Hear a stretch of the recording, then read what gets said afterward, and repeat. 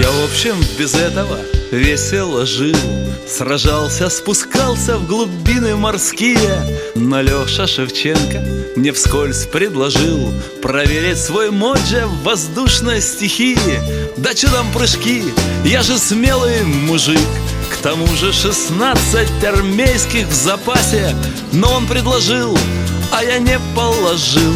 И вот мы в пути на его тарантасе. Вот аэродром, самолеты и дом, и люди как люди, и рожи как рожи.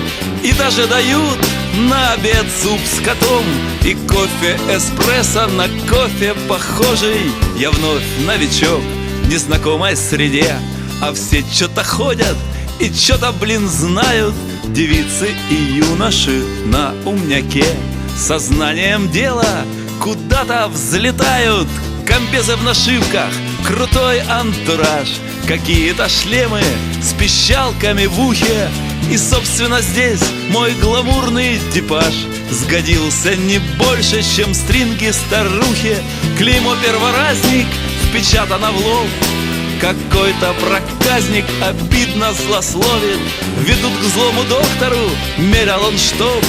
Давление в членах несущейся крови. Процесс обучения резко пошел. Я снова студент по 4-му разу на 44-м году.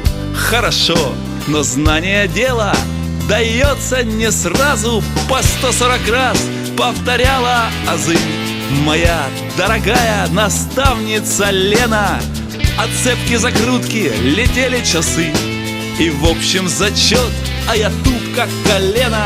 Сижу в самолетике, первый прыжок, пристегнутый лонжей, как злая собака. С 4-го раза взлетаем, рывок, полет и посадка. Ну, в общем, без страха.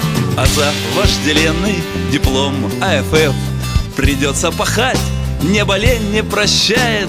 Я вроде как свой, примелькаться успел. Занятия справно теперь посещаю. Вот мне бы ихний купол, уж я бы зажег. Ведь мне по плечу не такие дороги. Но в первый реальный учебный прыжок нещадно порвал 2 инструкторов строгих. И видео жесткий покажет сюжет, как ноги, увы, залетают за спину. Я б долго смеялся на весь белый свет, когда бы не сам создал эту картину. Ну, в общем, раскрыли на силу вдвоем, когда до земли оставалась минута.